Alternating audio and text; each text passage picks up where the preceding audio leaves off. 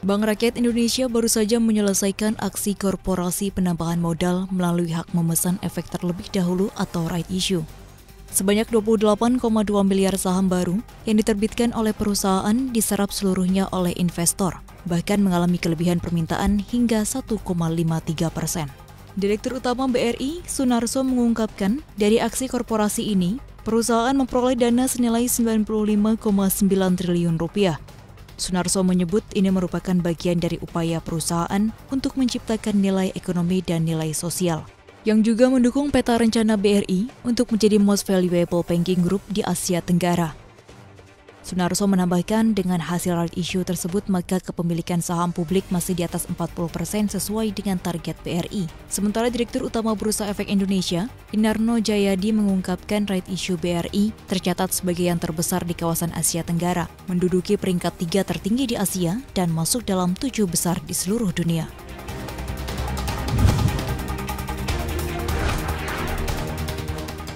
Badan Anggaran DPR menyetujui pengelolaan utang pemerintah sebesar 405,86 triliun rupiah pada 2022 mendatang.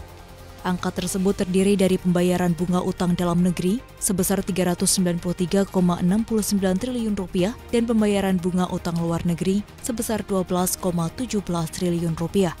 Selain itu, Banggar juga menyetujui defisit APBN sebesar 868,01 triliun rupiah atau setara dengan 4,85% dari produk domestik bruto. Persetujuan DPR disambut oleh Menteri Keuangan Sri Mulyani yang menjamin bahwa penetapan defisit APBN melebihi 3% hanya sampai 2022 karena adanya kebijakan khusus dalam menangani pandemi COVID-19.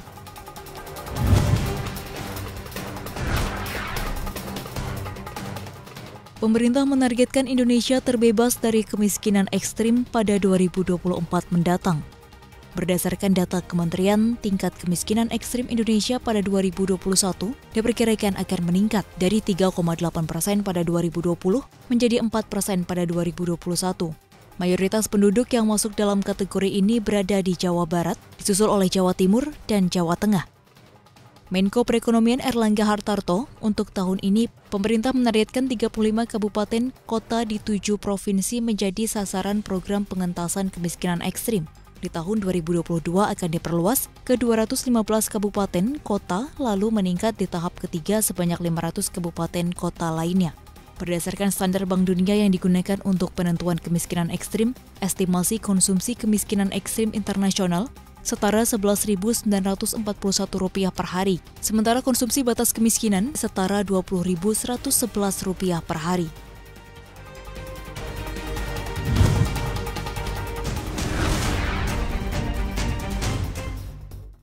Raksasa properti asal Cina Evergrande mengumumkan akan menjual sahamnya senilai 1,5 miliar dolar AS atau setara dengan 22 triliun rupiah.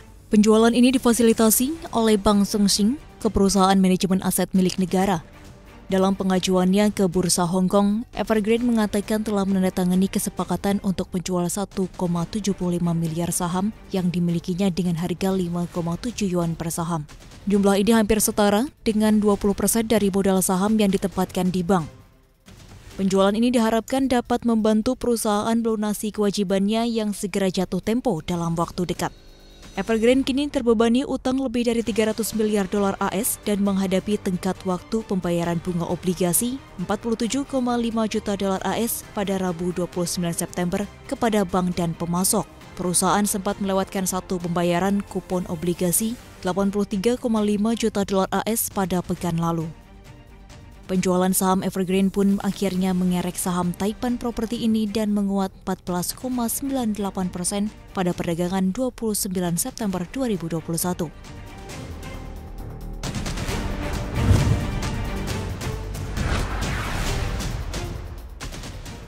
Menteri Keuangan Amerika Serikat Janet Yellen mewanti-wanti negaranya akan kehabisan uang tunai pada 18 Oktober mendatang jika Kongres tak segera menyetujui kenaikan plafon utang.